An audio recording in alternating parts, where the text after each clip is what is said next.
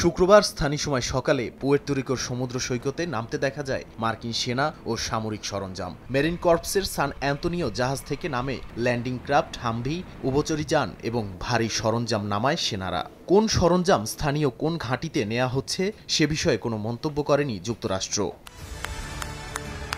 এদিকে নোবেল শান্তি পুরস্কার পাওয়ার জন্য মরিয়া হয়ে ওঠা ট্রাম্প ফিফা শান্তি পুরস্কার পাওয়ার পর লাতিন আমেরিকার দেশগুলোর নেতাদের সঙ্গে সাক্ষাতের কথা জানালেও মাদুরোর সঙ্গে বৈঠকের কোনো ইঙ্গিত দেননি। যদিও মার্কিন সামরিক চাপে থাকা ভেনেজুয়েলার প্রেসিডেন্ট নিকোলাস মাদুরো বলেছেন তার দেশই ক্যারিবীয় অঞ্চলের নিরাপত্তার গ্যারান্টি।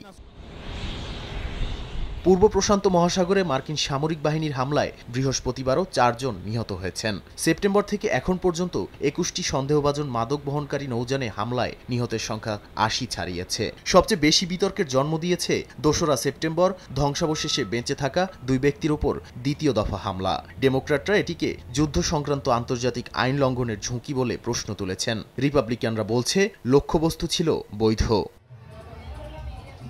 কারাকাসের আকাশপথ পুরোপুরি বন্ধে ওয়াশিংটনের ঘোষণার পর আন্তর্জাতিক ফ্লাইট স্থগিত হয়ে পর্যটনে ধস নেমেছে ভেনেজুয়েলায়। কারাকাসের ট্রাভেল এজেন্সিগুলোর মতে অন্তত 1200 বুকিং বাতিল এবং মৌসুমি আয়ের 70 থেকে 80% ক্ষতি হয়েছে। বিদেশি দর্শনার্থী কমে যাওয়ায় বিক্রেতাদের আয়ও কমে গেছে। নাদিম মারজান, সময় সংবাদ।